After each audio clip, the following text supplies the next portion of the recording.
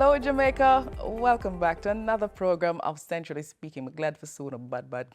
What is Centrally Speaking? Centrally Speaking is a program that opens up the conversation around important matters of economics and finance, matters of national importance that have an impact on your life. I'm Sheena. And I'm Anna. And today's program promises to be one that you might want to be very interested in.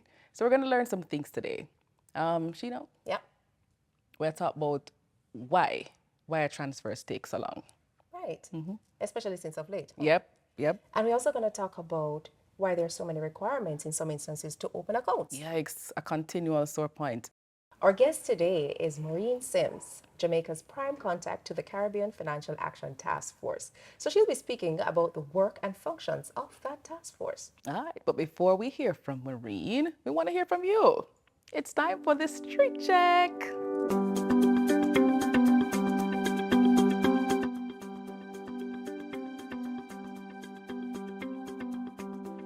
Scotiabank. It used to be Barclays Bank and it's now renamed NCB. I don't know. My guess is the National Commercial Bank. The oldest bank. Who's the oldest bank again? You don't know me think of Bank of Jamaica. Bank of Jamaica. It's Bank of Jamaica. Bank of Jamaica. Bank of Jamaica. Bank of Jamaica.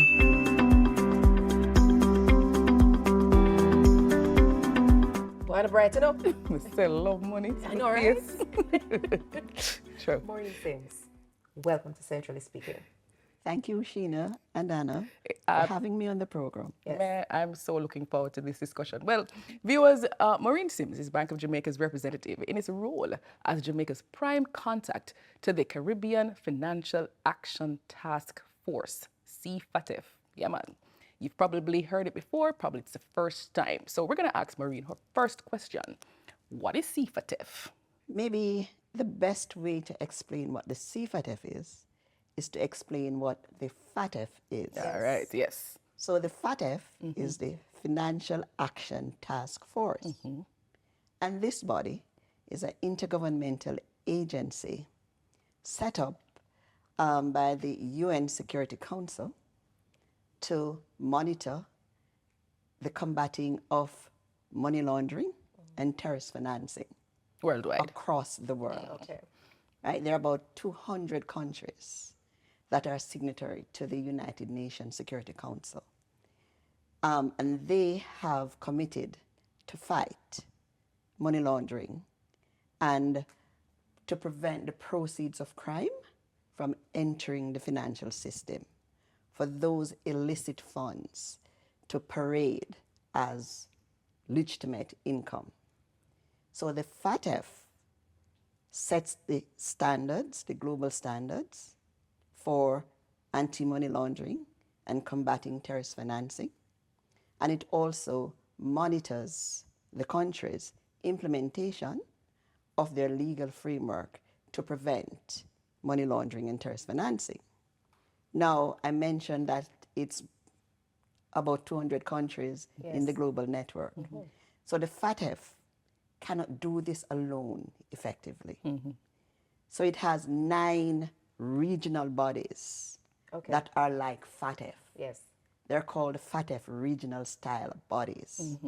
And the CFATF is one of those regional bodies for the Caribbean area. So that's the CFATF.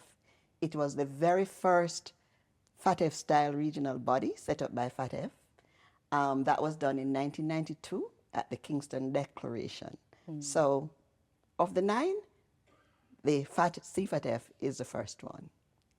And so the CFATF is responsible for monitoring its members, of which there are 24 currently, in the region, to ensure that their regime for combating money laundering and terrorist financing, that those are sound and fit for purpose. In your explanation, you referenced anti-money laundering and combating terrorist financing. Yes. Right? I want you to just break that down for me. What does that mean, and why is it so significant for us? Right. Crime is as old as the hills, right? Crime has always been around. And so the reason crime is around is because it pays. Yes. There is lots of money in crime. And so criminals seek to get their funds into the financial system so they can use it to transact and complete transactions. Right. So they want to hide the source of those funds, Okay. right? The fact of hiding the source of those funds is money laundering, Okay. right? Terrorist financing now, you know of terrorists around the world. They are, we hear of them, places being blown up, lots of persons being killed. So the terrorist financing is persons who empower and finance those persons who want to do harm, those persons who finance them to prevent the financial system being used to transfer funds to these nefarious players. Okay. And you all remember the World Trade Center, We do. We do. right? That was a huge part of terrorism that really touched on this part of the world. Jamaicans were killed in that event, right? Now, someone or persons, organizations, whomever it was, funded the persons who carried out that activity. So it is preventing those funds from getting to these persons by using the financial system. So that's combating terrorist financing. Okay. And then for money laundering, preventing the proceeds of crime entering the financial system where then they can be used legitimately Okay. to transact. Maureen, you mentioned something very, very important, and you referenced 9/11. All right, so as a country, and even as businesses within countries, how do they know whether or not they're funding terrorist groups? Okay, that's a very interesting question, Sheena. So the UN puts out a list of these persons, and this list is made available to countries. Okay. One of the role of the prime contact is to ensure that all financial institutions have that list. Okay. And that financial institutions, now what the regulators ensure that those financial institutions are scrubbing their customer base against these lists Okay. to ensure that they are doing everything to prevent their institutions being used to facilitate transactions with these persons. If I'm breaking it down for my viewers, globally, there's FATF, Financial Yes. Action Task force. Task Force. Right. For the Caribbean region, there is CFATF, Right. the Caribbean Financial Action Task Force. Yes. So naturally, there would be a local representative or a local related body in Jamaica that is known as the National Anti-Money Laundering Committee. All right, so tell us a little bit about that committee, and I'm sure you're going to explain how it feeds into CFATF and then to FATF, and then the Okay. benefits, right? Right. So the Minister of Finance is responsible for the oversight of the entire financial system. Is also responsible for coordinating within the country's AML CFT regime. Okay. And there are a number of persons and agencies that are involved in the framework for anti-money laundering and terrorist financing. Right. About 22 agencies at last count, right across government ministries, public sector agencies. You have members, for example, the Tax Administration of Jamaica, Right. the Office of the DPP, the Accountant General, Ministry of Foreign Affairs and Foreign Trade, Ministry of National Security, who has responsibility for POCA, Bank of Jamaica, who is a prime contact. Now, as I said before, the Minister of Finance is responsible for the entire regime. What he has done is delegated some of those functions to the Bank of Jamaica, the Right. prime contact function. And I represent the bank Right. Right. in relation to that activity. Now, the coordination of the 22 agencies, right? Yes. They make up the National Anti-Money Laundering Committee, the NAMLAC, and it is chaired by the prime contact. Which is you. Right. So that is a NAMLAC, a very important body, Yeah, right. and its role is to ensure that the country's AML CFT regime is sound and it is fit for purpose. I'm curious about something, the mutual evaluation process. I want to know a little bit about it, and I also want to know why it's important. Okay. I mentioned at the top of this conversation Yes. that the FATF, part of its role, is to monitor the over 200 countries in the world Yes. that are signatory to this UN Security Council, to put measures in place to fight money laundering and terrorist financing. Correct. Okay. The part of what they do is to conduct evaluations. These evaluations are done by the member countries. So it's called a mutual evaluation. Okay. And so for Jamaica and the Caribbean, the evaluation is done by CFATF. They're responsible for the mutual evaluation. But the members of the evaluation team are drawn from the membership of the CFATF. Okay. So when Jamaica was last evaluated in 2015, you had representatives from a number of countries. Countries from the region, including Trinidad, were on our mutual evaluation. Okay. It's led by the CFATF. Okay. So we did that, and they look at your entire regime, from your understanding of risk to the laws that you have implemented and how effective you have been in implementing those laws Right. to prevent your system from being used. What were the results of Jamaica's last, it's Mutual called MEV, evaluation? right? Yeah. Yes. What were the results? Not too hot. Ooh. Jamaica didn't do so well in 2015. Ooh. Okay. All right, so maybe I need to explain a little bit about the mutual evaluation, Please. like a test. Yes. So they test two things. Viewers. Listen up. They test your laws Yes. and regulations, and whether your laws and regulations are in compliance with the FATF 40 standards. Right. 40. 40. Like 1, 2, 3, 4, 5 to 40. Yes, a to lot of 40, standards. right? Wow, To right. 40. That's called technical compliance. All right.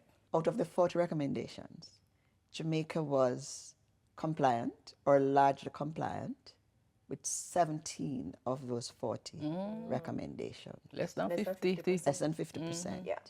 In terms of the effectiveness of your implementing those laws, that is the other side of the test. The second limb of the test is how well or how effective you have implemented those laws and whether or not the laws are achieving the objective that they were set up for.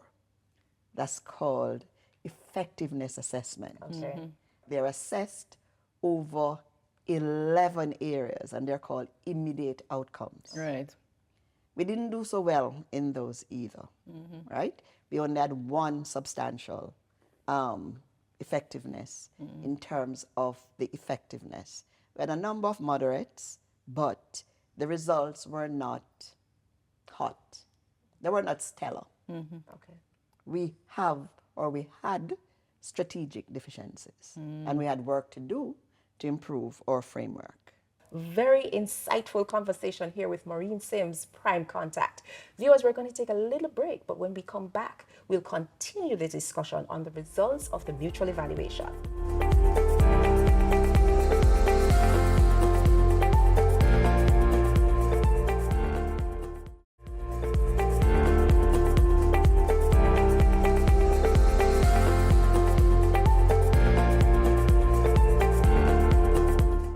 Welcome back to Centrally Speaking. In case you've just joined us, we're talking to Maurene Simms. She's Jamaica's prime contact to the Caribbean Financial Action Task Force. You probably have heard of it, but if you haven't, they are basically responsible for assessing Jamaica's or regional bodies, their compliance with AML regimes.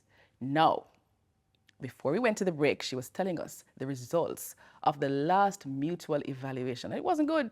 We got 17 out of 40. Now, Maurene continues the discussion with us to tell us what those results really mean.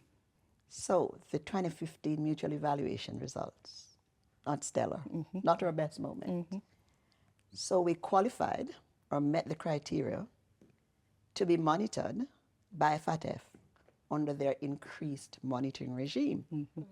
That increased monitoring, the colloquial name for it is a grey list, being on the grey list.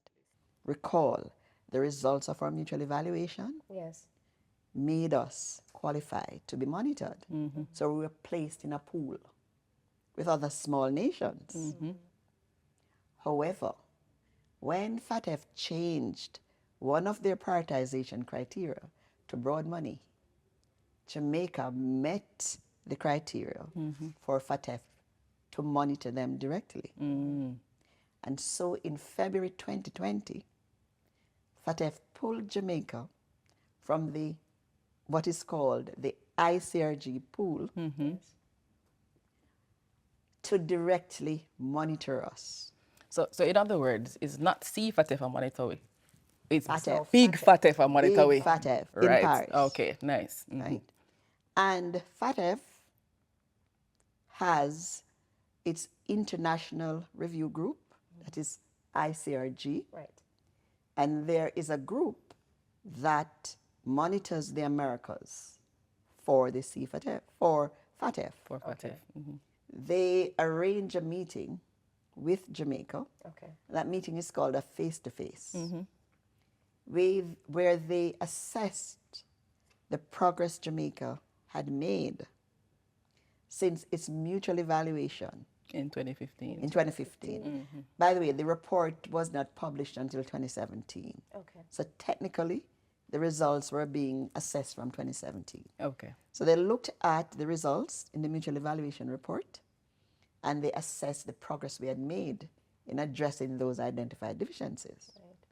Well, Jamaica had not made a lot of progress up to 2020. Wow. And because we had not made a lot of progress, they, the FATF and Jamaica, agreed an action plan Okay. to address the deficiencies. Okay. That action plan had 13 items. It was a 13-point action plan, time-bound. We had to do certain things by set dates, and the dates were unique to each action. Each action item. But to come off that grey list, we must effectively complete all 13 action items satisfactorily Okay.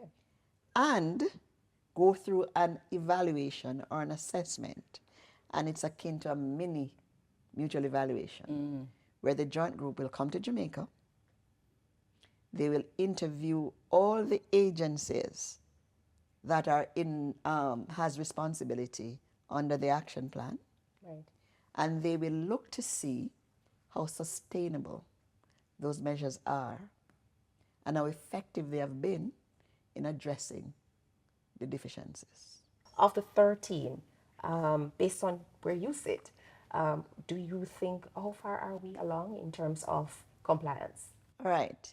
And it was a very involved action plan, you know. It involved developing and passing Yes. and amending several pieces of legislation, including amending the Companies Act to Okay. put in place the requirements for beneficial ownership information and transparency of legal persons. Okay. We had to amend the Trust and Corporate Service Providers Act Okay. to ensure that it applied to the domestic industry. And the FSC is responsible for trust and corporate service providers as their regulators. Okay. We had to put that in place. We had to complete a national risk assessment. And the national risk assessment is that diagnostic tool that identifies the AML CFT risks within the country, and importantly, the policies and strategies that we develop to address those identified deficiencies. Okay. Some of those resulted in amendment to laws or new laws being put in place, etc.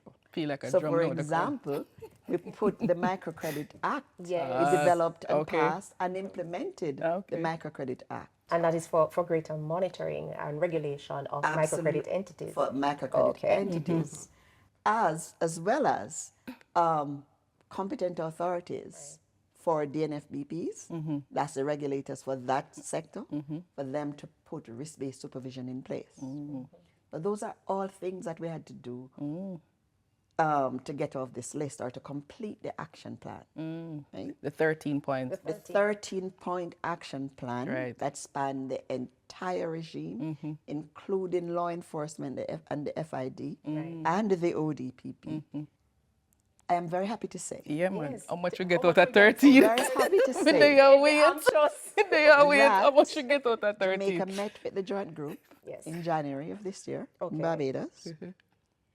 And at that point, the joint group was satisfied that we had completed or largely completed all 13 items on the action. So the joint group, as we say, is Big FATF. Yes. Big FATF. Yes. Yeah, man. So Right. we get a big ticky. Not yet. We're not getting a big ticky yet? Not so fast. Jeez. Because we have to do We a have one thing left. What that? That's an They- addition to the What that? 13? No, they now have to assess Oh. So it's another mutual evaluation? a mini. A mini one. All right. So it's So still... there is just limited to these 13 things that we're supposed to do. Right, okay. How well we have done them. Right, How sustainable right, those actions are. Right. They don't want you to just tick the box and leave it. We have satisfied. right, That's not the objective of the exercise. right. The objective of the exercise is to ensure that you have enhanced and improved your AML CFT regime and that those enhancements are sustainable. Give me an example of something that I would do and maybe it would manifest, meaning it would be delayed or so, that would say, okay, this is as a result of the due diligence. Now, because Jamaica is on the grey list, Right. it is a signal to countries. As a matter of fact, the FATF requires that all the 2,200 countries in the global network, they pay special attention when they're doing business with persons on the grey list. Wire transfers, Yes. by their nature, are high risk. And when you're doing wire transfers with a country that is on the grey list, it makes it even more difficult because the banks must do extra due diligence to conclude those transactions. Now, Jamaica is not a global financial center. So our banks cannot directly transact with the rest of the world. They have to do it through correspondent banks. Glad you make that point. A Yeah, man. correspondent bank, and I don't want to give anybody any free advertisement, but Right. a big one that most Jamaicans know is Bank of America. Right. It's a big correspondent bank for Jamaican banks. Now, our banks, when they establish a relationship with their correspondent banks, they are now customers. Remember, we talked about know your customer and customer due diligence, etc. Those correspondent banks have to go through a similar set of due diligence with the Jamaican entity. And so the Jamaican entity must prove to them that they understand the risks of their customers and that they are managing or mitigating the risks of their customers. If they are satisfied with that, they will go through with the transaction. It may be at a higher cost because of the extra measures that they have to put in place, but they have to be extra vigilant when doing business with Jamaicans. Jamaica is operating in a global financial space. You know, what is your, I mean, from where you sit, you are the prime contact. From where you sit, what's your dream? My dream is to be off the grey list. Right. One, Yes. primary. Obviously. And to give us time and space for us, NAMLAC and Jamaicans, to put in place a first-class AML CFT regime fit for purpose that can withstand any mutual evaluations, because going back on the grey list is not an option. Maureen, Yeah. thank you so much for joining us here on Centrally Speaking. It has been a very insightful conversation. Thank you, and for providing the platform for me to share how important the work of the NAMLAC is and how Jamaicans need to become more aware. We have been speaking with Maurene Simms, Jamaica's prime contact to the Caribbean Financial Action Task Force, CFATF. We'll be right back after this short break.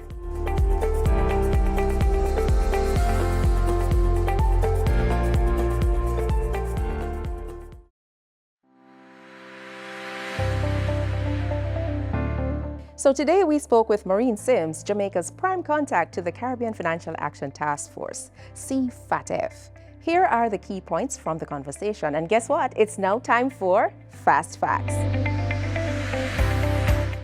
Number 1, the Financial Action Task Force, otherwise known as FATF, is an intergovernmental body established as a result of the UN Security Council resolution to prevent the global financial system from being abused by criminals to launder the proceeds of their crimes. The main objectives of the FATF are to set and monitor the international standards to combat money laundering and terrorist financing. Number 2, the Caribbean Action Task Force, CFATF, is a FATF-style regional body, one of the 9 such regional bodies that partner with the FATF to carry out its functions. Number 3, the CFATF was established in 1992 with the Kingston Declaration and is the first FSRB that was established. Number 4, there are approximately 22 agencies that comprise the National Anti-Money Laundering Committee, that's NAMLAC, spanning several government ministries and public bodies. Number 5, the country's prime contact is the person with whom the CFATF and FATF liaise when communicating with a country. And now for our bonus fact, number 6. Jamaica has largely completed its 13-point action plan agreed with the FATF, paving the way for them to conduct an on-site to assess the sustainability of the measures that Jamaica has implemented to address its identified AML CFT strategic deficiencies. A successful on-site is a prerequisite for Jamaica's removal from the FATF's grey list. And there you have it, viewers. That's it for our Fast Facts. We really did answer some questions that might have been important to you as viewers. That's our program for this week. Follow us on X and Facebook at Central Bank JA, at Central Bank Jamaica, on Instagram and on BOJ's YouTube channel. You can also visit our website at www.boj.org.jm. And we invite you again to send your questions on X or Facebook. And of course, join us again on Centrally Speaking next week at the same time right here on your station, when we will have another special guest. I'm Anna. And I'm Sheena. Thanks for watching. See you next time. Centrally Speaking is a production of Bank of Jamaica.